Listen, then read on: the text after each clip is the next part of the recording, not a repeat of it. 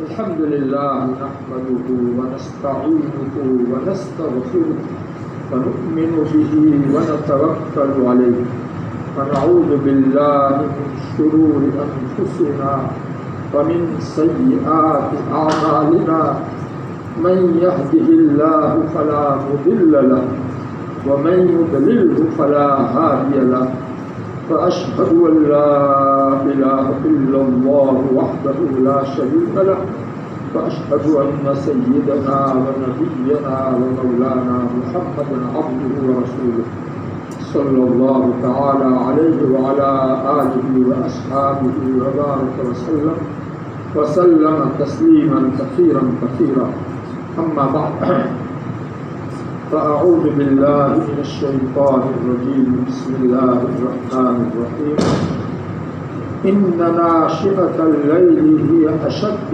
وطئا وأقوم قيلا وقال الله تبارك وتعالى تتجافى جنوبهم عن المضاجع يدعون ربهم خوفا وطمعا ومما رزقناهم ينفقون فلا تعلم نفس ما أخفي لهم من قرة أعين جزاء بما كانوا يعملون وقال رسول الله صلى الله عليه وسلم أفضل الصلاة بعد الصلاة المكتوبة الصلاة في جوف الليل وقال رسول الله صلى الله عليه وسلم عليكم بقيام الليل فإنه دأب الصالحين قبلكم فإنه قربة لكم إلى ربكم ومغفرة للسيئات ومنهاة عن الإثم وفي رواية ومطردة للداء عن الجسد وقال رسول الله صلى الله عليه وسلم ينزل تبارك ربنا وتعالى في كل ليلة إلى السماء الدنيا حين يبقى ثلث الليل الآخر فيقول من يدعوني فأستجيب له من يسألني فأعطيه من يستغفرني فأغفر له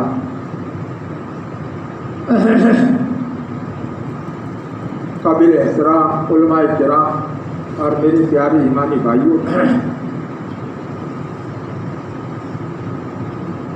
ابھی جو میں نے قرآن پاک کی 2 جگہ سے آیتیں پڑھی اور کچھ حدیثیں پڑھی، ان سب کا موضوع، ان سب کا مقصد ایک ہے، اور وہ یہ ہے کہ ہم سب تہجد کے فضائل سن کر کے، تہجد کے فائدے سن کر کے تہجد پڑھنے والے بن جائیں۔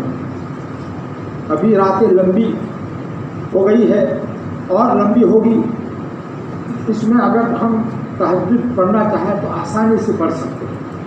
عشاء کے بعد جلدی سو جاوے، الارم رکھ کر کے سو جاوے اور صبح میں جلدی اٹھنے کا ارادہ کرے اور مسنون طریقے کے مطابق تہجد ادا کرے۔ ایک تو اپنے طور سے تہجد پڑھ لینا، اور ایک سنت طریقہ تہجد کا جو ہے وہ بھی انشاءاللہ میں بتاؤں گا۔ اس طریقے سے ہم پڑھیں گے تو مقبول ہوگا، ہماری تہجد مقبول ہوگی۔ تہجد کے فائدے قرآن میں اللہ تعالیٰ نے کیا بیان کیے ہیں؟ سورہ مزمل میں اللہ رب العزت نے پہلے تو تہجد پڑھنے کا حکم دیا ہے اور اپنے نبی صلی اللہ علیہ وسلم کو حکم دیا ہے، اور نبی کے واسطے سے صحابہ کو، امت کو بھی حکم دیا ہے، اور لمبی تہجد کا حکم دیا ہے۔ ایک کم سے کم 1/3 رات تہجد پڑھنے کا حکم دیا ہے، اور اس وقت یہ تہجد پڑھنا سب جتنے بھی ایمان والے تھے سب کے لیے ضروری تھا، فرض تھی۔ بعد میں اس کی فرضیت اللہ تعالیٰ نے منسوخ کی، لیکن شروع میں فرض کر دیا، کیونکہ اس کے بغیر آدمی کا اللہ تعالیٰ سے تعلق جیسا مطلوب ہے وہ تعلق بنتا نہیں تھا۔ جو اللہ تعالیٰ اپنے نبی سے کام لینا چاہتے تھے، مشرکین جو کٹر تھے ان کے اندر جو کام لینا چاہتے تھے، اس کے لیے جو اللہ تعالیٰ سے تعلق مضبوط اللہ تعالیٰ چاہتے تھے، اس کے لیے تہجد کی نماز کو فرض کیا، اور لمبی تہجد فرض کی، کم سے کم 1/3 رات، یعنی اگر 12 گھنٹے کی رات ہے تو 4 گھنٹے 1/3 بنتے ہیں، 4 گھنٹے تہجد میں کھڑے رہو، اور اگر اس سے زیادہ آدھی رات پڑھو تو اور اچھا، 2/3 رات پڑھو تہجد اور اچھا۔ اختیار دیا تھا اللہ تعالیٰ نے ان 3 باتوں میں، جس کا کم سے کم 1/3 رات ہے۔ آج کل آپ اندازہ لگاؤ، سورج ڈوبتا ہے تقریباً 6 بجے، 6 اور 5 کو سورج ڈوبتا ہے، رات شروع ہو جاتی ہے، اور صبح صادق آج کل تقریباً 5:30 کو ہوتی ہے، آگے جا کر 6 تک پہنچے گی صبح صادق کا، تو 6 تک پہنچے گی تو صبح صادق تک جو 12 گھنٹے ہو جائیں گے، رات پوری شرعی اعتبار سے جو رات ہے وہ کتنی گھنٹے کی ہو جائے گی؟ 12 گھنٹے کی، تو 12 گھنٹے کا تہائی جو ہے کتنا ہوا؟ 4 گھنٹے، ابھی کچھ کم ہوگا، 3.25 گھنٹے کے آس پاس میں ہوگا۔ بہرحال یہ تہجد کا حکم، جو لمبی تہجد کا حکم دیا، تو اس کا فائدہ بھی اللہ تعالیٰ نے بیان کیا، اللہ تعالیٰ اس کا فائدہ بیان کر رہے ہیں۔ کیا فائدہ بیان کر رہے ہیں؟ ان ناشئۃ اللیل، یقیناً رات میں اٹھنا ہی ایسا عمل ہے کہ اس کی وجہ سے نفس بہت کچلتا ہے، یہ اشد وطئا، یہ رات میں اٹھنا ہی، نیند میٹھی میٹھی نیند کو چھوڑ کر اٹھ جانا ہی ایسا عمل ہے کہ اس کی وجہ سے نفس اچھی طرح کچلتا ہے۔ اللہ تعالیٰ نفس جو ہمارا دشمن ہے اس کو کچلنا ضروری ہے، اس کے بغیر ہم اللہ تعالیٰ تک نہیں پہنچ سکتے ہیں، یہ نفس ہی رکاوٹ بنتا ہے اللہ تعالیٰ تک پہنچنے کے لیے۔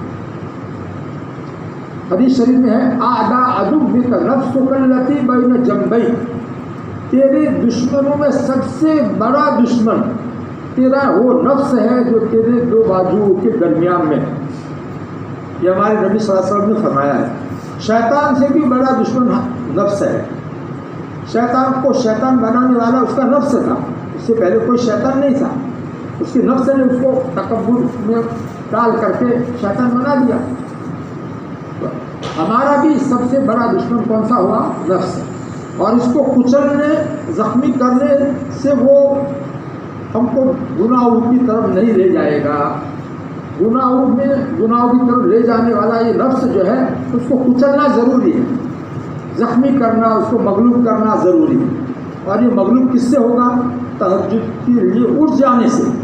اللہ تعالیٰ نے یہاں ابھی تہجد پڑھنا نہیں کہا، تہجد کے لیے اٹھ جانا، ناشئہ کے معنی اٹھ جانا، نیند میں سے اٹھ جانا، ناشئۃ اللیل، یہ اشد بہت زیادہ، یہ وطان میں نے کچل دینے والا ہے نفس کو۔ نفس جب کچل گیا، نفس مغلوب ہو گیا، تو جو گناہ نفس کی خواہشات کی وجہ سے آدمی سے ہوتے ہیں وہ گناہ اس سے نہیں ہوں گے۔ اللہ تعالیٰ تک پہنچنے میں رکاوٹ یہ نفسانی خواہشات اور نفسانی جو ہے طاقتیں گناہ کی، یہ رکاوٹ بنتی ہے۔ اس کو مغلوب کر دو تو اللہ تعالیٰ تک پہنچنا آسان ہے۔ یہ پہلا فائدہ بیان کیا اللہ تعالیٰ نے، اور دوسرا فائدہ کیا بیان کیا ہے؟ وہ اقوام قیلا، اور یہ رات میں اٹھ جانا، نیند کو چھوڑ کر کے اٹھنا ہی ایسا عمل ہے کہ اس کی وجہ سے بات بھی سیدھی نکلتی ہے، زبان سے بات بالکل درست نکلتی ہے۔ وہ اقوام زیادہ سیدھی نکلتی ہے بات، قیل کے معنی بات، کیا مطلب؟ یعنی اس کی زبان درست ہو جاتی ہے۔ رات میں تہجد کے لیے جو آدمی اٹھے گا اس کی زبان سے بول جو نکلیں گے وہ سیدھے نکلیں گے، وہ ٹیڑھی باتیں نہیں کرے گا، الٹی باتیں نہیں کرے گا، وہ سخت باتیں نہیں کرے گا، وہ نرم بات کرے گا، وہ جو ہے سچی بات کرے گا، جھوٹی بات نہیں کرے گا۔ اس زبان سے جتنے گناہ ہوتے ہیں وہ سارے گناہ اس سے نہیں ہوں گے، اور بالکل اللہ تعالیٰ کی مرضی کے مطابق یہ زبان چلے گی۔ تو اس کو کہیں گے اقوم و قیلا۔ حضرت مولانا عبدالشکور صاحب لکھنوی امام اہل سنت والجماعت نے ایک کتاب لکھی ہے، کتاب الصلاۃ اس کا نام ہے، بہت عمدہ کتاب ہے۔ اس میں قرآن پاک کی 99 آیتیں لے کر اس کی تشریح کی ہے، اس کا ترجمہ اس کی تشریح کی ہے، جس سے نماز کا شوق پیدا ہو۔ تہجد کے ایسے فائدے بیان کیے ہیں کہ تہجد کا شوق آدمی میں پیدا ہو، ایسی آیتیں تہجد والی لے کر کے۔ تو اس آیت کے تحت میں انہوں نے لکھا ہے کہ اس آیت میں اللہ رب العزت نے تہجد پڑھنے کی 2 خصوصیتیں بیان فرمائی ہیں۔ خصوصیت کس کو کہتے ہیں؟ جو خاص اس عمل سے وجود میں آ گئی، اس کو خصوصیت کہتے ہیں۔ تو تہجد پڑھنے سے خاص فائدہ جو ہوتا ہے، خاص آدمی کو جو ہے فضیلت حاصل ہوتی ہے، وہ یہ حاصل ہوتی ہے کہ ایک تو اس کا نفس مغلوب ہو جاتا ہے، اور دوسرا اس کی زبان درست ہو جاتی ہے۔ اور زبان کے درست ہونے کا فائدہ یہ ہے کہ زبانی گناہوں سے آدمی بچ جاتا ہے، اور دوسرا فائدہ یہ ہے کہ زبان سے اس کی دعا جو نکلتی ہے وہ قبول ہو جاتی ہے، یعنی مستجاب الدعوات بھی ہو جاتا ہے۔ آدمی کی دعا کے قبول ہونے کے لیے زبان کا درست ہونے کا بڑا دخل ہے۔ زبان جتنی درست ہوگی، صحیح چلے گی، اتنا اس کی دعائیں قبول ہوگی۔ اسی لیے کہ حدیث شریف میں کیا ہے، من یضمننی ما بین لحییہ وما بین رجلیہ اضمن لہ الجنہ۔ جو آدمی اللہ کے نبی صلی اللہ علیہ وسلم فرماتے ہیں کہ جو شخص میرے لیے 2 باتوں کی ذمہ داری لے لے تو میں اس کے لیے جنت کی ذمہ داری لیتا ہوں۔ کون سی 2 باتوں کی ذمہ داری؟ ایک تو 2 جبلوں کے درمیان جو زبان ہے اس کی حفاظت کرنے کی ذمہ داری لے لے، کہ اسے کوئی گناہ کی بات نہ کرے، کوئی کسی کو تکلیف دینے والی بات نہ کرے، دوسرے کو راحت پہنچانے والی بات کرے۔ تو یہ ذمہ داری لے لے۔ ماں بین لحییہ کے اندر منہ بھی آ گیا اور زبان بھی آ گئی، تو زبان سے حلال روزی کھاوے، اور منہ میں جو روزی جاوے وہ حلال روزی کھاوے، اور زبان سے جو بولے وہ اللہ کی مرضی کے مطابق بولے۔ تو یہ ماں بین لحییہ وہ کی ذمہ داری پوری کرنے والا کہلائے گا۔ حلال روزی کھاوے، حرام اور شک والی روزی نہ کھاوے، اور زبان سے جو بات کرے وہ اللہ کی مرضی کے مطابق بات کرے، اور اپنے 2 پیروں کے درمیان شرمگاہ کی حفاظت کر لے۔ بس یہ 2 چیزوں کی حفاظت کی ذمہ داری لے لے تو میں اس کے لیے جنت کی ذمہ داری لیتا ہوں، اللہ کے حکم سے، اللہ کی اجازت سے۔ اللہ کے نبی صلی اللہ علیہ وسلم جنت کی ذمہ داری لے رہے ہیں، بتاؤ کتنی بڑی گارنٹی والی ذمہ داری کہلائے گی۔ اللہ کے نبی صلی اللہ علیہ وسلم جس کے لیے جنت کی ذمہ داری لے تو پکی بات ہو گئی۔ اس کے لیے کیا کرنا ہے؟ ہم کو ان 2 چیزوں کی حفاظت کرنی ہے، زبان کی اور شرمگاہ کی، منہ کی، زبان کی اور شرمگاہ۔ اللہ تعالیٰ ہم سب کو یہ تہجد کے فائدے ایسے دل نصیب کرتے ہوئے، ایسے دل میں اتار دے جو اس کی وجہ سے ہم تہجد کے لیے کے پابند بن جائیں۔ اس سلسلے میں دوسری آیت میں نے پڑھی تھی سورہ الف لام میم سجدہ کی، اس میں اللہ تعالیٰ فرماتے ہیں تتجافا جنوبہم، ان لوگوں کے جو ہے پہلو بستر سے جدا رہتے ہیں، جدا ہو جاتے ہیں تہجد پڑھنے کے لیے۔ رات کو سوئے ہوئے ہوتے ہیں لیکن نیند کو اڑا کر کے بستر سے الگ ہو جاتے ہیں، کھڑے ہو جاتے ہیں تہجد پڑھنے کے لیے۔ تتجافا جنوبہم عن المضاجع، اس کا ترجمہ یہ ہوا۔ اللہ تعالیٰ تعریف کر رہے ہیں تہجد پڑھنے والوں کی، اور کس طرح سے تہجد پڑھنی چاہیے وہ بھی بتا رہے ہیں۔ یدعون ربہم خوفا وطمعا، وہ اپنے رب کو پکارتے ہیں تہجد میں خوف اللہ کا ڈر اور امید اللہ کے ثواب کی امید کہ ملے جلے جذبات کے ساتھ دونوں چیزیں ہونی چاہیے. اللہ کا ڈر بھی ہونا چاہیے, اللہ تعالیٰ سے ثواب کی امید بھی ہونی چاہیے. یہ دونوں کیفیتیں دل میں پیدا کر کے وہ اللہ کو پکارتے ہیں. یدعون ربهم خوفا وطمعا. اللہ رب العزت نے کیسی تعریف کی ہے تہجد پڑھنے والوں کی, اور کس انداز سے تہجد پڑھنا چاہیے وہ بھی کیفیت بھی بتا دی, دل کی کیفیت بتا دی. خیر, ایک حدیث میں ہے حضرت اسماء بنت یزید رضی اللہ عنہ صحابیہ فرماتی ہے کہ قیامت کے دن جب کہ اولین و آخرین کا مجمع ہوگا, ابھی حساب کتاب شروع نہیں ہوا ہوگا, اللہ تعالیٰ کی طرف سے ایک اعلان کرنے والا فرشتہ اعلان کرے گا اور اس کی آواز سارے سنیں گے. میدان حشر میں آدم علیہ السلام سے لے کر آخری انسان دنیا میں جو پیدا ہوگا سب ہوں گے, وہ سب سنیں گے. کیا اعلان کرے گا کہ آج میدان حشر والوں کو معلوم ہو جائے گا کہ اللہ تعالیٰ کے نزدیک زیادہ عزت والے کون لوگ ہیں. اللہ تعالیٰ کے نزدیک زیادہ عزت والے کون لوگ ہیں, آج سب کو معلوم ہو جائے گا. ایسا کہنے کے بعد پھر یہ کہے گا وہ اعلان کرنے والا فرشتہ کہ جو دنیا میں جو لوگ جن لوگوں کا حال یہ تھا تتجافى جنوبهم عن المضاجع يدعون ربهم خوفا وطمعا, جن کا یہ حال تھا ایسی تہجد جو پڑھتے تھے وہ کھڑے ہو جاؤ. تو سارے اتنا بڑا مجمع ہوگا, اس میں سے کچھ لوگ کھڑے ہوں گے, اتنے بڑے مجمع میں سے تھوڑے لوگ کھڑے ہوں گے, اکثر لوگ نہیں کھڑے ہوں گے. ان کو حکم دیا جائے گا تمہارا حساب نہیں ہوگا, جاؤ جنت میں چلے جاؤ. یہ کس کی برکت ہوئی؟ تہجد کی برکت. حساب نہیں ہوا, جنت میں چلے جاؤ. سب سے پہلے ان کو جنت میں داخلہ مل جائے گا, اس کے بعد پھر باقی لوگوں کا حساب شروع ہوگا. یہ حدیث جو ہے معارف القرآن میں بھی جو مفتی شفیع صاحب نے نقل کی ہے, باہر حدیث کی کتابوں میں ہے. بہرحال یہ تو دونوں آیتوں کا کچھ میں نے مطلب سمجھایا. اب کچھ جو حدیثیں بھی میں نے پڑھی ہے تہجد کی فضیلت کے بارے میں, اس کا بھی ترجمہ سن لو.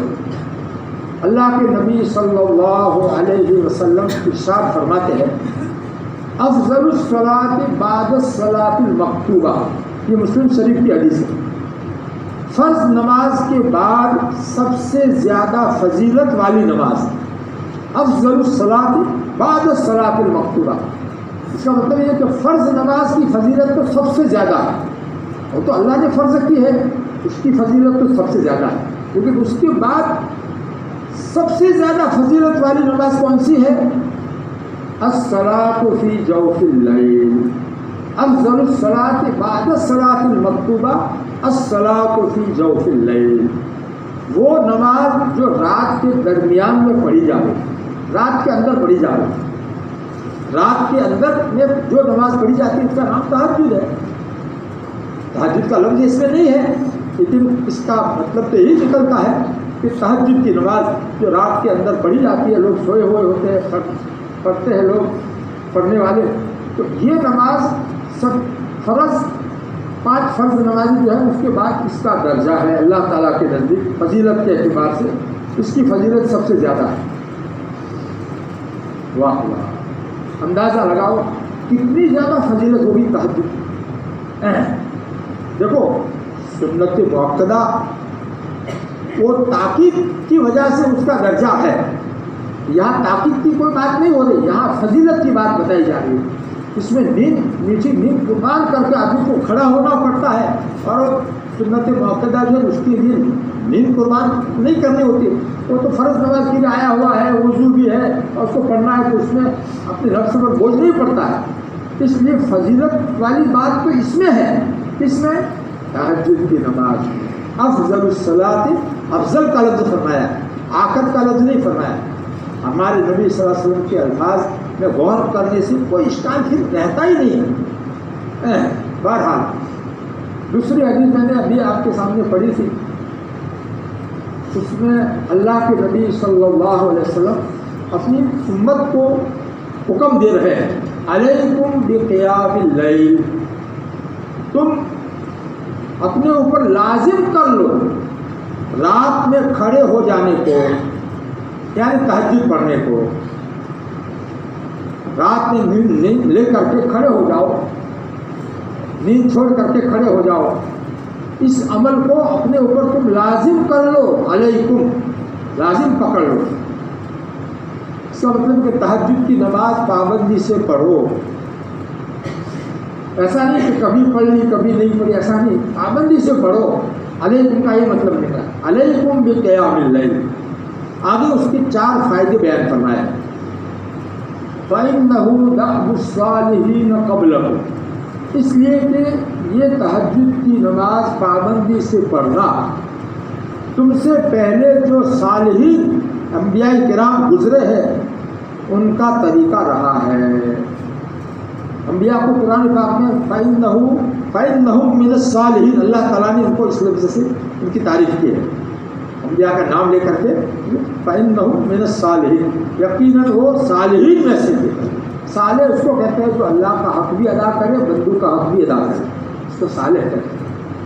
تو ایسے کون تھے؟ انبیاء کرام، بہت انبیاء کرام گزرے ہیں ہمارے نبی سے پہلے، تو ان کا یہ طریقہ رہا ہے۔ کون کہہ رہے ہیں؟ ہمارے نبی صلی اللہ علیہ وسلم کہتے ہیں ان کا یہ طریقہ رہا ہے، فَإِنَّهُ دَأْبُ الصَّالِحِينَ قَبْلَكُمْ۔ اس کا مطلب یہ ہوا کہ تم بھی اگر صالحین میں سے بننا چاہتے ہو تو تہجد کی پابندی کرو، تو تمہارا نام بھی صالحین کی فہرست میں لکھ دیا جائے گا۔ اس جملے کا مطلب یہ نکلتا ہے کہ تم اگر صالحین میں سے بننا چاہتے ہو تو یہ ان کا طریقہ، یعنی پابندی سے تہجد پڑھنا، اس کو شروع کر دو۔ آگے دوسرا فائدہ کیا بتایا؟ وَإِنَّهُ قُرْبَةٌ لَكُمْ إِلَىٰ رَبِّكُمْ، اور یقیناً یہ تہجد کی پابندی کرنا تمہارے لیے تمہارے رب سے قریب کرنے کا ذریعہ ہے۔ اب یا قرب سے جسمانی قرب مراد نہیں، اللہ تعالیٰ کے جسم سے پاک ہے، قرب سے مراد رضا ہے، اللہ تعالیٰ کی رضا تم کو ملے گی، تمہارا رب تمہارا پالنے والا جو ہے اس کی رضا، وہ تم سے راضی ہو جائے گا، یہ نعمت تم کو ملے گی۔ وہ رضا رب سب سے آخری مطلوب، ہمارا مطلوب آخری درجے کا یہی تو ہے کہ اللہ تعالیٰ ہم سے راضی ہو جائے۔ جتنے بھی نیک کام کرتے ہیں ان سب کا مقصد غایت الغایات کیا ہے؟ اللہ تعالیٰ کی رضا، اللہ تعالیٰ کی رضا۔ یہ تم مل جاوے تہجد کی پابندی سے تو کتنا بڑا فائدہ ہوا، اور اس کو کتنی تاکیدوں کے ساتھ بیان کرتے ہیں۔ اِنَّكَ لَدُ شروع میں لا کرتے وَإِنَّهُ قُرْبَةٌ لَكُمْ إِلَىٰ رَبِّكُمْ، اور پہلے بھی فَإِنَّهُ دَأْبُ الصَّالِحِينَ قَبْلَكُمْ، اِنَّكَ لفظ لا کر کے تاکید کے ساتھ پکی بات ہے، کوئی شک مت کرنا ان باتوں میں، یہ دونوں فائدے پکے ہیں۔ پابندی کرنا تمہاری ذمہ داری ہے، پابندی کرو گے تو دونوں فائدے یقینی ہیں۔ تیسرا فائدہ کیا بتایا؟ وَمَغْفِرَةٌ لِلسَّيِّئَاتِ، اور تمہارے گناہوں، پچھلے گناہوں کو مٹا دینے والا ہے۔ یہ تہجد کی پابندی کا عمل تمہارے پچھلے گناہوں کو مٹا دے گا۔ گناہ تو ہوئے ہیں، سیئات تو ہوئے ہیں، لیکن اس کو اللہ تعالیٰ مٹا دے گے، اس کو چھپا دے گے۔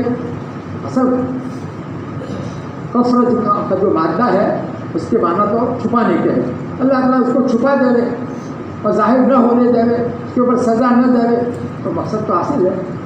اسی کو ہم کہتے ہیں معاف کر دینا، بخشش کرنا۔ خیر، تو یہ کتنا بڑا فائدہ ہو تو پچھلے سارے گناہ معاف ہو جائے۔ اور چوتھا فائدہ کیا بتایا؟ وَمَنْهَاتٌ عَنِ الْإِثْمِ، اور گناہوں سے روکنے کی طاقت پیدا کرتا ہے۔ کہ تہجد کی پابندی کرنے سے آئندہ تم گناہوں سے آسانی سے بچ سکو گے. اللہ تعالیٰ سے ایسا تعلق پیدا ہو جائے گا تہجد کی برکت سے, اللہ تعالیٰ سے ایسی محبت پیدا ہو جائے گی کہ تم جو ہے گناہوں سے آسانی سے بچ سکو گے. وَمَنْهَاتٌ عَنِ الْإِثْمِ, جیسے بڑے بڑے فائدے, آئندہ گناہوں سے آدمی بچے اور جو پہلے ہو گئے وہ سب معاف ہو جاوے اور اللہ تعالیٰ اس سے راضی ہو جاوے اور صالحین کی فہرست میں اس کا نام لکھ دیا جائے. واہ, اتنے بڑے بڑے فائدے ہمارے پیارے نبی صلی اللہ علیہ وسلم نے تہجد صرف پڑھنے کے نہیں, تہجد کو پابندی سے پڑھنے پر یہ فائدے بتائے. اسی کے پہلے حکم کیا دیا, علیکم علیکم بقیام اللیل, اور اس کے ہی یہ فائدے ہیں علیکم. ایک مرتبہ ایک بڑے بزرگ کی خانقاہ میں جانا ہوا بمبئی میں, حضرت حاجی شکیل صاحب, اپنے لوگوں نے نام سنا ہوا. تو میں تو حضرت کی باتیں سننے کے لیے فائدہ اٹھانے کے لیے گیا تھا. حضرت سے اعتقاد تھا, حضرت کی کتابیں پڑھ کر کے بہت زیادہ. لیکن اس دن حضرت آئے, پہلے سے لوگ بیٹھے ہوئے تھے مجلس میں حضرت کی باتیں سننے کے لیے, یا بڑے بڑے لوگ آئے ہوئے تھے. تو حضرت سے مجھے کہا, حکم دیا آپ کو کچھ بیان کرنا. تو حضرت سے فائدہ اٹھا رہا ہے. حضرت نے میرا ہاتھ پکڑا اور مجھے بٹھا دیا کرسی. حضرت کو بھی اس سے غائبانہ محبت عقیدت تھی. تو سب سے پہلی مرتبہ حضرت کی جو ملاقات ہوئی ان کے یہ کتابیں پڑھنے کے بعد میں ان سے عقیدت مجھے اتنی تھی کہ میں خود حضرت سے ملنے کے لیے جانے کا پروگرام بنا رہا تھا بمبئی میں ویسٹرن پارک سے.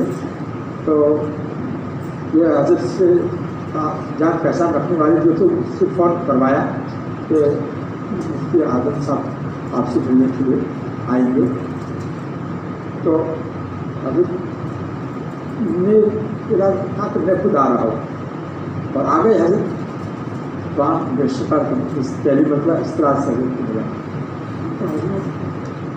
تو جب یہ پتا چلا کہ حضرت نہیں ملاقات کے لیے یہاں آ رہے ہیں, میرا نام میں نے کبھی دیکھا نہیں حضرت کو. حضرت میں نے نہ حضرت کو مجھے دیکھا ہے غائبانہ ایسی, مجھے اتنی محبت ہے. میں تو ایک طرف بیٹھ گیا, دعا میں لگ گیا کہ اللہ میں گنے گا, کیسا میرا حال آپ جانتے ہیں. حضرت مجھے کیسا بہت زیادہ اللہ تعالیٰ کے سامنے معافی مانگنے لگا کہ اللہ میرا دل سے ایسا بنا دیجیے کہ حضرت کے سامنے جاؤ تو میرا کھول نہ کھل جاؤ, میری حالت ظاہر نہ ہو. حضرت جلال آبادی کی خانقاہ میں ہم رمضان گزارنے کے لیے جاتے تھے تو راستے میں کہیں توبہ کرتے جاتے, اچھی طرح سے توبہ کرتے جاتے کہ کہیں ہمارا دل کا حال, دل کی گڑبڑی حضرت کے اوپر ظاہر نہ ہو, آگے کش نہ کرے. بہرحال اچھی طرح سے اللہ والوں کے پاس اس طرح سے جائے گا. پورا رمضان اس طرح سے گزارتے تھے حضرت کے وہاں پہ. حضرت جو حکم کہتے کسی سے بولنا نہیں, کسی سے بات نہیں کرنا ہے, اپنے کمرے میں جو ساتھی ہو اس سے بھی بات نہیں کرنا ہے, افطاری بھی الگ کرنی ہے, تم ساتھ بات افطاری کرو گے بات ہو جائے گی, اللہ سے باتیں کرو بس. یہ حکم تھا حضرت. یہ اس طرح سے مہینہ گزارتے تھے, اور ایسے 18 مہینے گزارے, رمضان 18 رمضان گزارے. حضرت بہت اچھی طرح سے دل سے چاہتے تھے, حضرت جلال آبادی کی بہت محبت کرتے تھے. پھر بات دوسری نکل گئی. تو یہ کہنا چاہتا تھا کہ اب ان کے جو کرسی پر بٹھا دیا حضرت حاجی شکیل صاحب نے, تو میں نے سوچا کہ کیا بات کروں یہاں, خالی ذہن کا میں تو سننے کے لیے گیا. تو میں نے تہجد کے موضوع پر ہی بات کی اور سب لوگوں نے, حضرت نے بھی بہت توجہ سے سنی.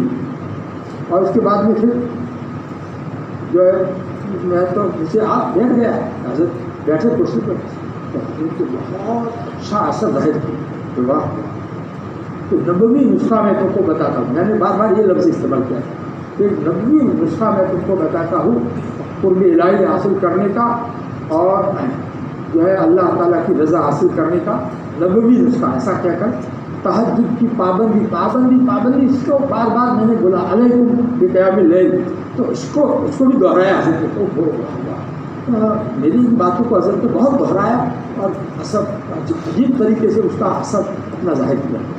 تو میں بھی آپ حضرات سے یہ ساری باتیں اس لیے بڑوں کی بات نقل اس لیے کر رہا ہوں کہ میں تو بھی خالی ہوں, میرے پاس کچھ نہیں ہے, بس یہ جو کچھ اللہ کی توفیق سے جو کچھ باتیں قرآن و حدیث کی بیان کرتا ہوں یہ اللہ کا فضل اور اللہ کا خالص کرم ہے, اور آپ لوگ توجہ سے سن رہے ہیں اس کی وجہ سے اللہ تعالیٰ کہلوا رہے ہیں. اللہ تعالیٰ کسی کے دل میں ان باتوں کو اتار کر کے اس کو تہذیب گزار بنا دے اور اس کا بھی فائدہ ہو جائے گا, ہم کو بھی کچھ ثواب ہو جائے گا. ایک پانچواں فائدہ ایک اور روایت میں یہ آیا ہے, وہ مطردۃ للداء عن الجسد, یہ تہجد کی پابندی کرنا جسم سے بیماری کو ہٹا دینے والی چیز ہے. جسم میں طرح طرح کی بیماریوں کو ہٹا دینے والی چیز ہے, یعنی بیماری سے شفا اور نجات کا ذریعہ بھی تہجد کی پابندی ہے. واہ, مجھے تو حق الیقین ہے اللہ کے نبی صلی اللہ علیہ وسلم کی ایک بات کے اوپر کہ میری تندرستی کا راز یہی ہے. بس اللہ تعالیٰ نے جو ہے سنتوں پر عمل کرنا ہے, کچھ دعاؤں کا اہتمام, مصنون دعاؤں کا اہتمام وغیرہ جو کچھ تھوڑا بہت جو کچھ اللہ تعالیٰ توفیق دیتے ہیں جو بھی, بس اس کی برکت میں تو دیکھتا ہوں. دیکھو ہمیں چشمے کی ضرورت نہیں, اتنی عمر میں بھی 77 سال ہو گئے اور چھوٹا باریک بھگتا ہوتا ہے وہ بھی دیکھ رہے ہیں. آپ یہ تندرستی کو ہے اور کھڑے ہو کر میں نماز پڑھتا ہوں یہ بھی آپ دیکھتے ہیں.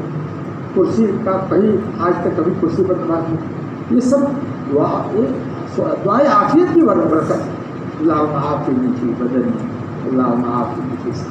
حضرت تھانوی رحمۃ اللہ علیہ فرماتے تھے جب میں یہ 3 کل پڑھ لیتا ہوں تو مجھے اطمینان ہو جاتا ہے کہ اب مجھے کچھ نہیں ہوگا, کوئی مخلوق مجھے پریشان نہیں کرتی. حضرت تھانوی رحمۃ اللہ علیہ کی بہت دشمن تھے, ارے جانی دشمن بھی تھے. ایک آدمی ہمارے حضرت جلال آبادی نے واقعہ سنایا, دوپہر کے وقت گرمی کا دن تھا, دوپہر کے وقت میں حضرت جو ہے لٹ رہے تھے کچھ ثانوی رحمۃ اللہ علیہ, تو ایک آدمی آ گیا حضرت کے اوپر چادر ڈال کر گلا دبایا, جان سے باہر ڈالنے کی. اتنے لوگ خانقاہ میں جو تھے وہ آ گئے اور اس کو پکڑ کر کے ہٹایا اور اس کو پکڑے ہوئے اس کو باغ میں ڈالا. حضرت ثانوی رحمۃ اللہ علیہ نے کہا بھائی کیوں اس کو آپ نے پکڑ رکھا ہے؟ کہا حضرت یہ کہ آپ کو ختم کر دینے کے ارادے سے گلا گھونٹنے کے لیے آیا, اس کا ارادہ آپ کو ختم کرنے کا, اس کو ہم پولیس کے حوالے کریں گے. ارے بھائی میں تو زندہ ہوں, اس بیچارے کو تم پولیس کے حوالے کرو گے, اس کے بال بچے پریشان ہو جائیں گے, چھوڑ دو, تو کوئی پاگل ہوگا, مطلب کون ایسا کرتا ہے, پاگل ہوگا, چھوڑ دو. یہ ہے واقعات, جیسے اللہ والوں کا واقعہ کہ واقعات سے ہمارے دل جو ہے زندہ ہو جاتے ہیں, مردہ دل یا بے حس دل جو ہے باعث ہو جاتے ہیں. تو خیر کہ اللہ والے ہوتے ہیں. تو یہ مطردۃ للداء عن الجسد, یہ بھی ایک فائدہ بتایا ہے اللہ کے نبی صلی اللہ علیہ وسلم نے بیان کیا ہے, حدیث میں ہے. ہمارے پاس ایک حدیث کی بڑی کتاب آئی تھی, اس کے اندر سے میں نے یہ حدیث میں سے فائدہ لے کر کے نقل کیا ہے. خیر ابھی ایک حدیث اور رہ گئی جو ابھی میں نے آپ کے سامنے پڑھی تھی, وقت ہو گیا ابھی باقی سنو. ہمارے پیارے نبی صلی اللہ علیہ وسلم ارشاد فرماتے ہیں کہ ينزل ربنا تبارک و تعالی کل لیلۃ. دیکھو رمضان کی خصوصیت نہیں ہے, ہر رات میں 12 مہینے کی جتنی راتیں ہر رات میں ہمارا رب تبارک و تعالی اترتا ہے الی السماء الدنیا, دنیا والے آسمان پر. اللہ تعالیٰ کا اترنا اس کی شایان شان ہماری سمجھ میں نہیں آ سکتا ہے, وہ جسم سے پاک ہے. مطلب یہ ہے کہ اللہ تعالیٰ اپنی خصوصی رحمت نازل فرماتے ہیں کن بندوں پر جو حین یبقا ثلث اللیل الآخر، کب اترتے ہیں؟ جب رات کا آخری تہائی حصہ باقی رہ جاتا ہے۔ ابھی میں نے بتایا رات کا آخری تہائی حصہ اگر 12 گھنٹے کی ہے تو 4 گھنٹے آخری تہائی ہوا۔ اگر کچھ رات کم ہو جائے گی، چھوٹی ہو جائے گی تو کم سے کم 3 گھنٹے تو رہیں گے۔ تو آخری رات کا 3 گھنٹے، 4 گھنٹے، 3.5 گھنٹے، اس میں اللہ تبارک و تعالیٰ کی خصوصی رحمت نازل ہوتی ہے، کیونکہ اللہ تعالیٰ خود شاہی اعلان کرتے ہیں۔ فیقول، پھر اللہ تعالیٰ فرماتے ہیں، کیا فرماتے ہیں؟ من یدعونی فاستجیب لہ، کون ہے جو مجھ سے دعا مانگے تو میں اس کی دعا قبول کروں۔ یہ اللہ تعالیٰ کا اعلان۔ کون ہے جو مجھے پکارے تو میں اس کی پکار پر لبیک کہوں۔ جب بندہ پکارتا ہے یا اللہ یا ارحم الراحمین یا ارحم الراحمین، تو اللہ تعالیٰ لبیک یا عبدی کہہ کر جواب دیتے ہیں۔ یہ ہے فاستجیب لہ کا مطلب کہ اس کی بات کو میں جواب دوں، لبیک کہوں، تو کیا تجھے کیا مانگنا ہے مانگ۔ من یسألنی فأعطیہ، کون ہے جو مجھ سے مانگے تو میں اس کو دوں۔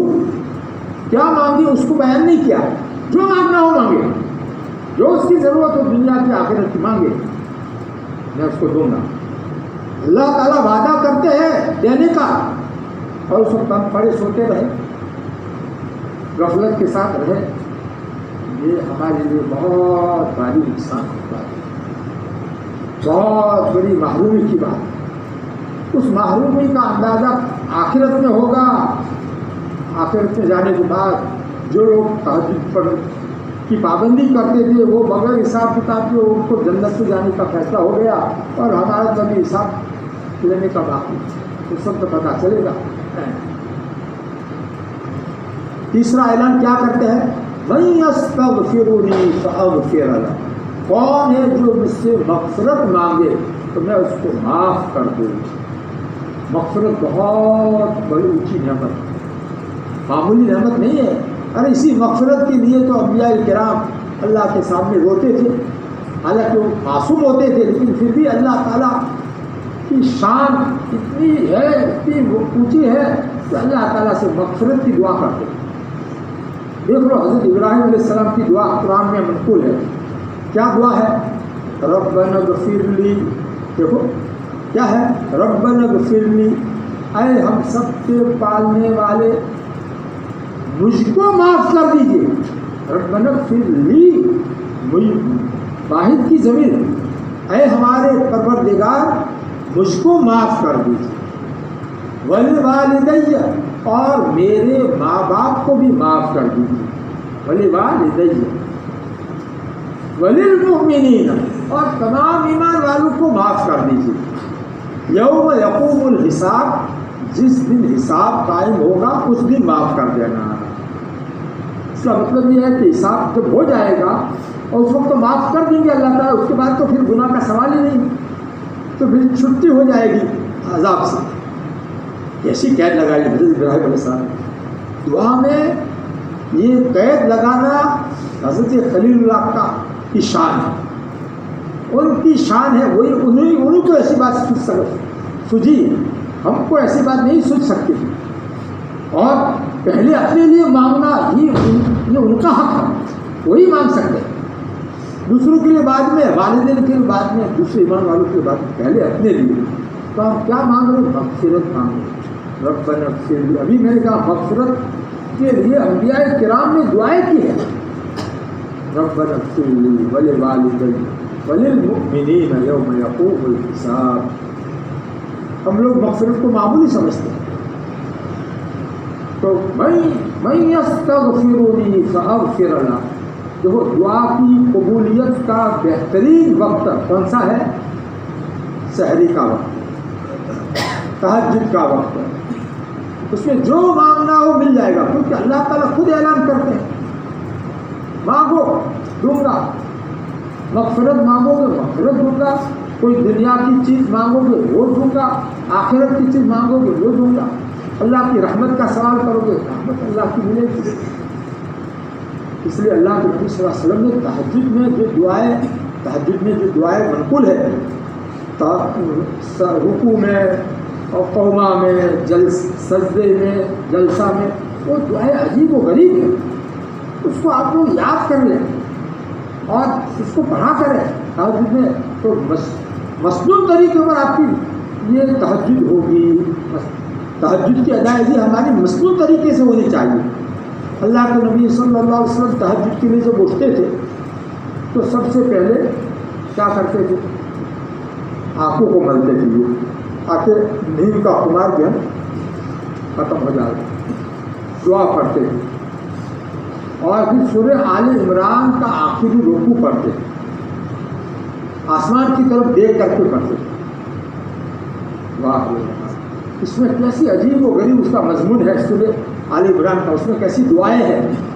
واہ، ہمارے نبی صلی اللہ علیہ وسلم نے ہم کو یتیم نہیں چھوڑا ہے، سب کچھ بتا دیا ہے کہ اس طرح سے تہجد میں اٹھ کر کے سب سے پہلا کام یہ کرو، پھر استنجا وغیرہ سے فارغ ہو کر کے وضو سنت کے مطابق اچھا پہلے مسواک جو کرتے اٹھنے کے بعد میں، اس کے بعد وضو میں الگ سے مسواک کرتے، 2 مرتبہ مسواک کرتے، جاگنے کی مسواک الگ اور وضو کی مسواک الگ، اور پھر 2 رکعت ہلکی یعنی مختصر قرات کے ساتھ میں پڑھتے، اس کے بعد لمبی قرات کے ساتھ، لمبی رکوع کے ساتھ، لمبے سجدے کے ساتھ، لمبا قوما جلسہ سب لمبے کرتے تھے، اس میں لمبی دعائیں کرتے تھے۔ ہم لوگ تو ان چیزوں کو جانتے ہی نہیں ہیں۔ آخر میں ایک چھوٹا سا کتاب چاہتے ہیں، چھوٹی کتاب، ہم چھوٹے ہیں تو چھوٹی کتابیں لکھتے ہیں، جیب میں رہے ایسے، تو ابھی جیب میں ایک کتاب آپ کو بتاتا ہوں، یہ اس کا نام ہے تہجد کے فضائل اور طریقہ۔ 2 چیزیں اس میں، فضائل بھی ہے اور طریقہ بھی ہے۔ تو طریقہ کے اندر یہ چیزیں ہیں جو میں آپ کو بتا رہا ہوں کہ 8 رکعتیں اللہ کے نبی صلی اللہ علیہ وسلم اکثر پڑھا کرتے تھے تہجد کی، لیکن پہلی 2 رکعتیں بہت مختصر قرات کے ساتھ، اور اس کے بعد لمبی قرات کے ساتھ میں، لمبے رکوع سجدہ کے ساتھ۔ کبھی وقت کم ہوتا تو 6 رکعت پڑھتے، کبھی 4 رکعت پڑھتے، جیسا وقت ہوتا اس کا، لیکن ایک رکعت میں سورہ بقرہ 2.5 پارے کی، اور دوسری رکعت میں سورہ آل عمران۔ ہم تو اتنی لمبی نماز نہیں پڑھ سکتے، آپ کے پیر مبارک سوج جاتے اور پھٹ جاتے تھے، ماں عائشہ رضی اللہ تعالیٰ عنہ فرماتی کہ پھٹ جاتے، پیر پہلے سوج جاتے ہیں، اس کے بعد پھر پھٹتے ہیں۔ یہ معمولی بات نہیں ہے، کتنا لمبا قیام کرتے ہوں۔ حالانکہ بخشائے تھے، معصوم تھے، گناہوں سے پاک تھے۔ بھائی ہم سب کو ایک مرتبہ یہ زندگی ملی ہے، بار بار نہیں ملی، جو جاتا ہے کبھی واپس نہیں آتا۔ اس لیے جو کچھ کرنا ہو آخرت میں اونچے سے اونچا درجہ جنت میں پانا ہے تو اس کے لیے کر لو۔ یہ راتیں اتنی لمبی ہے، اس میں اگر ہم تہجد نہیں پڑھیں گے تو کب پڑھیں گے؟ عادت بنا دو، چاہے چھوٹی راتیں ہو تو بھی اٹھنا ہے۔ ہر پورے 12 مہینے کے لیے علیکم کا یہی مطلب ہے، علیکم بقیام اللیل۔ اللہ تعالیٰ ہم سب کو اس کی توفیق عطا فرمائے۔ کچھ دعائیں میں آپ کو سناتا ہوں، اللہ کے نبی صلی اللہ علیہ وسلم کیسی کیسی دعائیں مانگتے تھے۔ چھوٹی دعائیں میں آپ کو ابھی سناتا ہوں۔ سجدے کے اندر 3 مرتبہ یہ دعا پڑھتے تھے، یا ربی اغفر لی، یا ربی اغفر لی، یا ربی اغفر لی، اے میرے رب آپ مجھ کو معاف کر دیجئے۔ وہی مغفرت کو مانگا، 3 مرتبہ مغفرت۔ اور رب کا لفظ اللہ کی وہ صفت ہے جو اللہ کی رحمت کو کھینچنے والا ہے۔ تو اور پھر پکارنا یا رب کیا کرتے، تو یہ اور زیادہ، اے میرے رب، اے میرے پالنے والے، تم اس کو معاف کر دیجیے۔ یا رب اغفر لی، یا رب اغفر لی، یا رب اغفر لی۔ جب بندہ سجدے میں یہ 3 مرتبہ کہتا ہے تو سر اٹھانے سے پہلے اللہ تعالیٰ اس کی مغفرت کر دیتے ہیں کہ اس نے اصل میں اس کا فضیلت بیان فرمائی۔ خیر، یہ تو ابھی آپ کو یاد ہو گئی ہوگی۔ آپ ہر نماز سنت میں بھی پڑھ سکتے ہیں، فرض میں موقع نہ ہو تو کوئی بات نہیں، اکیلے فرض پڑھ رہے ہو تو اس میں بھی پڑھ سکتے ہیں، اور جو ہے وطر میں بھی پڑھ سکتے ہیں۔ ایسا نہیں کہ نفل کے ساتھ خاص ہے یہ دعائیں، نفل کے علاوہ جو اپنے اکیلے پڑھنے کی نماز ہے اس کے اندر اس کو ہم پڑھ سکتے ہیں۔ امام کے تابع ہوتے تو وہ وہاں موقع نہیں ہوتا ہے پڑھنے کا۔ امام کے لیے بھی حکم یہی ہے کہ لمبی دعائیں کر کے لوگوں کو پریشان نہ کرے، لوگوں کو نہ تھکاوے، لوگوں کی رعایت کرتے ہوئے نماز پڑھاوے۔ امام کے لیے بھی حکم ہے تخفیف کا ہے۔ دوسری دعا کہ وہ بھی مغفرت ہی کی ہے، اللہم اغفر لی ذنبی کلہ دقہ وجلہ واولہ وآخرہ وعلانیتہ وسرہ۔ اس کا ترجمہ کیا؟ اے اللہ میرے تمام گناہوں کو معاف کر دیجیے۔ اللہم اغفر لی ذنبی کلہ، اے اللہ میرے تمام ہی گناہوں کو معاف کر دیجیے۔ دقہ وجلہ، چھوٹے چھوٹے گناہ بھی معاف کر دیجیے، بڑے بڑے گناہ بھی معاف کر دیجیے۔ وَأَوَّلَهُ وَآخِرَهُ، پہلے کے گناہ کیے ہوئے وہ بھی اور بعد میں جو گناہ کیے ہو وہ بھی معاف کر دیجیے۔ وَعَلَانِيَتَهُ وَسِرًّا، اور کھلم کھلا لوگوں کے سامنے جو گناہ کیے ہو وہ بھی، اور چھپ کر جو گناہ کیے ہو وہ بھی معاف کر دیجیے۔ ہر قسم کے گناہ معاف کرنے معاف۔ اور تہجد میں یہ دعا آدمی سجدے میں پڑھے گا تو اللہ تعالیٰ کیا معاف نہیں کرے گا؟ اللہ تعالیٰ خود اعلان کر رہے ہیں، اور پھر ہم آپ بھی مانگے اور مصنوع الفاظ کے ساتھ، مقبول الفاظ کے ساتھ، اور سجدے میں پڑے ہوئے مانگے اور پھر مغفرت نہ ہو، ایسا ہو سکتا ہے؟ ہو ہی نہیں سکتا ہے۔ ہمیں یقین ہونا چاہیے کہ بالکل مغفرت ہماری ہو گئی، لیکن ایک ساتھ میں دل کی کیفیت بھی بنانا چاہیے۔ صرف الفاظ زبان پر جاری ہو اتنا نہیں، دل سے اس کو مانگنا چاہیے۔ خوفا وطمعا یدعون ربهم خوفا وطمعا، یہ کیفیت قرآن میں اللہ تعالیٰ نے تہجد پڑھنے والوں کی جو بیان کی ہے وہ اس میں ہمیں بنانی پڑے گی، بتکلف اس کو یاد رکھ کر کے اللہ کا ڈر، اللہ کی شان بڑی ہے، اس کا عذاب بڑا ہے، اس کا ڈر اور اس سے امید ثواب کی یہ دل میں پیدا کرتے ہوئے اس دعا کو مانگیں گے تو مغفرت بھی دے دیں گے اللہ تعالیٰ۔ ایک دعا اور بتا دوں، سجدے میں پڑھنے کی دعا، یہ دو تو بتائی، ایک دعا اور ہے، وہ ہے اللہم لک سجدت وبک آمنت ولک اسلمت سجد وجہی للذی خلقہ وشق سمعہ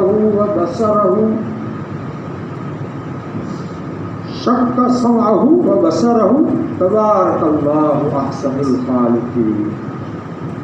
سجد وجہی للذی خلقہ وصورہ فاحسن صورہ وشق سمعہ وبصرہ تبارک اللہ احسن الخالقین۔ اس کے اندر یہ دعائیں میں نے لکھی بھی ہیں، جو اندر دیکھ کر کے یاد کرنا چاہے تو یاد بھی کر سکتا ہے۔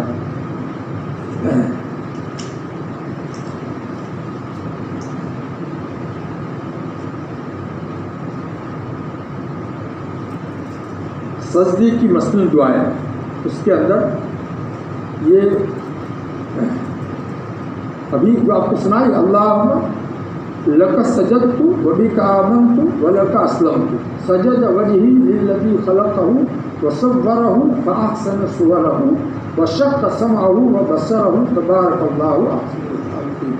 اس نے اسم کے حوالے سے، اس میں کوئی حوالے کے بغیر کوئی بات نہیں لکھی ہے، ہر بات کا حوالہ دیا ہے۔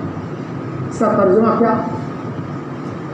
اللہم لک سجدت، اے اللہ آپ ہی کے لیے میں نے سجدہ کیا، آپ کو راضی کرنے ہی کے لیے میں نے سجدہ کیا۔ اللہم لک سجدت، لک مقدم ہے حسر کی وجہ، حسر کا فائدہ حاصل ہے، آپ ہی کے لیے میں نے سجدہ کیا، کسی کو اپنا نماز تہجد گزار ہونا بتانے کے لیے نہیں، اس لیے گھر میں تہجد پڑھنا سنت ہے۔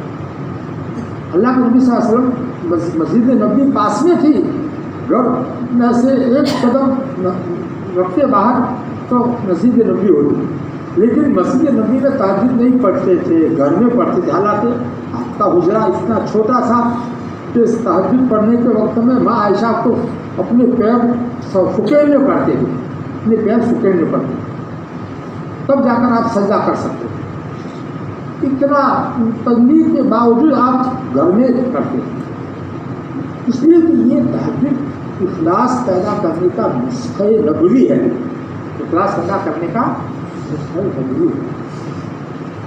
آدمی مسجد میں جائے گا تہجد پڑھنے کے لیے، لوگ دیکھیں گے، کہیں گے یہ فلانا آدمی تہجد گزار، تو یہ تو ریا کاری ہو گئی، اور گھر میں پڑے گا تو کس کو دکھائے گا، کون دیکھے گا؟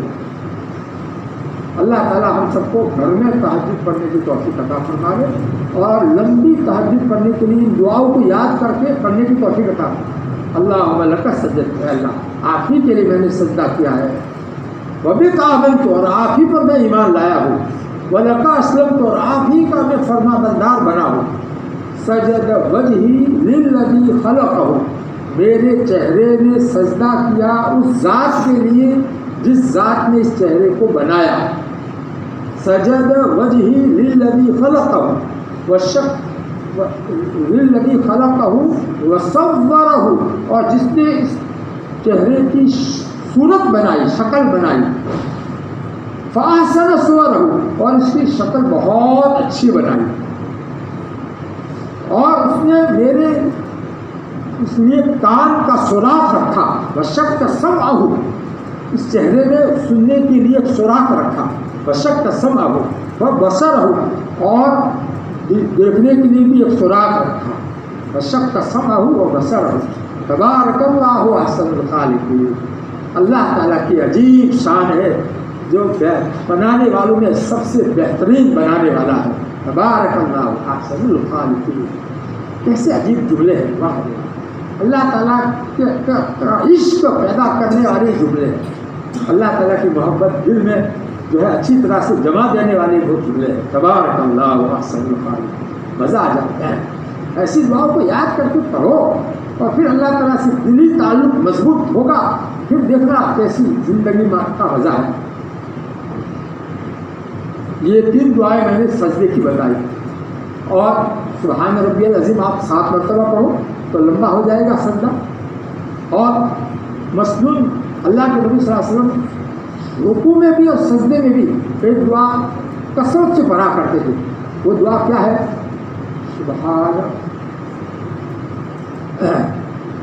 سبحانک اللہم ربنا وبحمدک اللہم اغفر لی، یہ ایک دعا ہے، سبحانک اللہم ربنا وبحمدک اللہم اغفر لی۔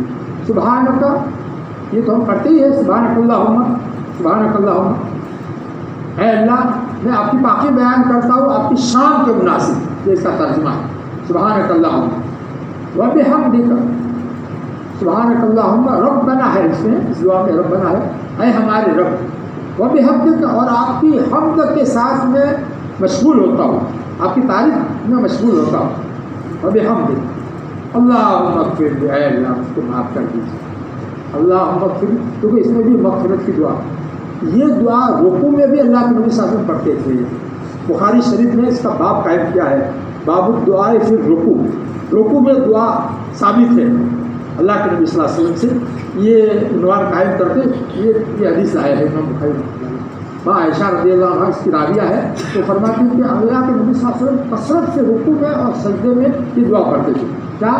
سبحانک اللہم ربنا وبحمدک اللہم اغفر لی، اور ایک دعا اور ہے، سبوح قدوس رب الملائکۃ والروح، سبوح قدوس رب الملائکۃ والروح، یہ رکوع میں بھی ہے سجدے میں بھی، سجدے کے اندر آپ سبحان ربی الاعلیٰ 7 مرتبہ پڑھیں، بہت اعلیٰ درجہ ہے سنت کا، اللہ تعالیٰ ہمیں اس کی قدر عطا فرمائے۔ اور اچھا 2 سجدوں کے بیچ میں 2 مرتبہ ربی اغفر لی، ربی اغفر لی، اتنا تو فرض میں بھی ہم پڑھ سکتے ہیں، اور پڑھنا چاہیے ہر ایک کو، امام کو بھی پڑھنا چاہیے، تاکہ سجدے میں تھوڑی دیر بیٹھنا جو واجب ہے تعدیل وہ ادا ہو جائے، اور یہ ثابت ہے دعا سجدے میں بیچ میں، دونوں سجدوں کے بیچ میں، ربی اغفر لی، ربی اغفر لی، ابو داؤد شریف کے اندر یہ حدیث ہے۔ اور یہ تہجد میں تو لمبی دعا پڑھتے تھے ہمارے نبی صلی اللہ علیہ وسلم، یہ جلسے میں کیا پڑھتے تھے؟ اللہم اغفر لی وارحمنی وعافنی واہدنی وارزقنی واسترنی واجبرنی، لمبی دعا پڑھتے تھے، اے اللہ مجھے معاف کر دیجیے، میرے اوپر رحم فرمائیے۔ دیکھو دونوں میں فرق ہے، معاف کرنے سے گناہ معاف ہو گئے، دوزخ سے بچ گئے، لیکن ابھی جنت تو نہیں ملی۔ رحمت کی ضرورت ہے کہ نہیں اللہ تعالیٰ کی؟ اس لیے آگے ورحمنی، اللہم اغفر لی ورحمنی وعافنی، اور مجھے عافیت سلامتی عطا فرمائیے، دنیا میں عافیت عطا فرمائیے، وعافنی، ہر طرح کی عافیت، ہر طرح کی ٹینشن سے، ہر طرح کی پریشانی سے بچا لیجیے، وعافنی واہدنی، مجھے ہدایت دیجیے، مجھے صحیح باتیں سجائیے، مجھے دین کی رہبری فرمائیے، واہدنی وارزقنی، روزی کی دعا بھی اللہ کے نبی صلی اللہ علیہ وسلم نے نماز میں مانگی ہے، یہ تہجد کے اندر یہ دعا جو ہے اس میں وارزقنی کا لفظ بھی ہے، اور مجھ کو روزی عطا فرمائیے۔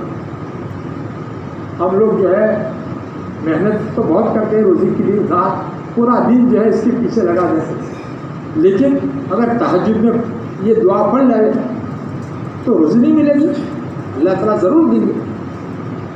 دن میں آپ جو ہے زیادہ تھکو گے نہیں، عافیت والی روزی ملے گی، عافیت والی روزی ملے گی، سہولت والی روزی، دوپہر کو قیلولہ بھی ملے گا، اور اچھی طرح سے آپ کو رات کو یہاں کے بعد جلدی سونا بھی ملے گا، اور نو ٹینشن والی روزی ملے گی۔ ابھی تو ٹینشن میں لوگ رہتے ہیں، صبح سے اٹھ کر کے شام تک جو ہے کسی روزے کے چکر میں، کیا ہو گیا لوگوں کو بھی سمجھ میں نہیں آتا کہ مرنے کے بعد کی زندگی ہمیشہ ہمیشہ اس کی فکر نہیں، اور یہ دنیا کی اتنی زیادہ فکر، جہاں سے سب چھوڑ کر کے جانا ہے، دوسرے لوگ استعمال کریں گے، مکان بنگلہ اور یہ گاڑی اور جو ساری چیزیں دوسرے لوگ استعمال کریں گے، تو دوسروں کے لیے آخر اپنے آخر قبر میں جو ہے قبر میں آرام ملے اس کی فکر کرنا بھی۔ عقل مندی یہ ہے کہ قبر میں آرام ملے اس کی فکر کرنا، اور میدان حشر میں آرام ملے اور جنت مل جائے، دوزخ سے بچ جائے، اس کی فکر کرنا چاہیے، یہ عقل مند کا آدمی کہلائے گا۔ حدیث شریف میں ہے من اقیس الناس، کسی صحابی نے سوال کیا ہے، اے اللہ کے نبی لوگوں میں سب سے زیادہ عقل مند کون ہے؟ وَأَحْزَبُ النَّاسِ، اور لوگوں میں سب سے زیادہ دور اندیش کون ہے، دور کی سوچنے والا کون ہے؟ تو اللہ کے نبی صلی اللہ علیہ وسلم نے کیا فرمایا؟ اکثرهم استعدادا، اکثرهم ذکرا للموت، اکثرهم استعدادا للموت، جو لوگوں میں سب سے زیادہ موت کی تیاری کرنے والا ہو، لوگوں میں سب سے زیادہ موت کو یاد کرنے والا ہو، اور صرف یاد کرے نہیں بلکہ اس کی تیاری بھی کرے، یعنی گناہوں سے بچے، توبہ کرے، گناہ جو ہو گئے اس سے معافی مانگے، نیک کام کرے جس سے قبر میں اس کو آرام ملے، تو یہ آدمی سب سے زیادہ عقل مند ہے۔ اکثرهم ذکرا للموت، جو لوگوں میں سب سے زیادہ موت کو یاد بھی کرے، آگے وہ اکثرهم استعداد، اور موت کو زیادہ موت کی زیادہ تیاری بھی کرے۔ اللہ کے نبی صلی اللہ علیہ وسلم نے دو باتیں فرمائی ہے، عقل مند آدمی اور زیادہ دور اندیش آدمی وہ ہے جو موت کو یاد رکھے اور موت کی بات کی لیے تیاری میں لگا رہے زیادہ سے زیادہ، تو یہ عقل مند اور دور اندیش کہلائے گا۔ ورنہ دور اندیش نہیں تو دنیا ہی سامنے کی دنیا اسی کو سوچتا ہے، اور اسی کا فائدہ اس کا نقصان اسی کے پیچھے پڑا ہوا ہے، تو اس کی دور سے سوچنے والا کہاں ہوا؟ دور تو آخرت ہے۔ قرآن پاک پہ اللہ تعالیٰ شکایت کرتے ہیں ہمارے بارے میں، بل تؤثرون الحیات الدنیا والآخرۃ خیر وابقیٰ، تم لوگ دنیا کو ترجیح دیتے ہو، دنیا کو آگے رکھتے ہو، دنیا کو زیادہ اہمیت دیتے ہو، دنیا کی زندگی کو زیادہ مقدم رکھتے ہو، حالانکہ آخرت پیچھے آنے والی زندگی زیادہ بہتر بھی ہے دنیا کے مقابلے میں، اور زیادہ باقی رہنے والی بھی ہے۔ اب اس میں تبدیل کا سیگا، خیر بھی اس میں تبدیل کا سیگا، خیر کے معنی زیادہ بھلائی والی بھی ہے، وہاں کی ہر نعمت بہت اعلیٰ درجے کی، کھانے پینے کی چیزیں، سونے کے بستر، اور جو ہے رہنے کے بنگلے، اور پھرنے کے باغات، نہریں اور حوریں، سب چیزیں اعلیٰ درجے کی ہوگی اللہ تعالیٰ کی بنائی ہوئی جنت۔ کسی انسان کی بنائی ہوئی نہیں ہے، اللہ تعالیٰ نے اپنے قدرت سے بنائی ہے۔ اللہ تعالیٰ آپ سب کو اس کا استحضار اور اس کی فکر عطا فرماوے اور اس کے لیے تہجد کا پابند بناوے۔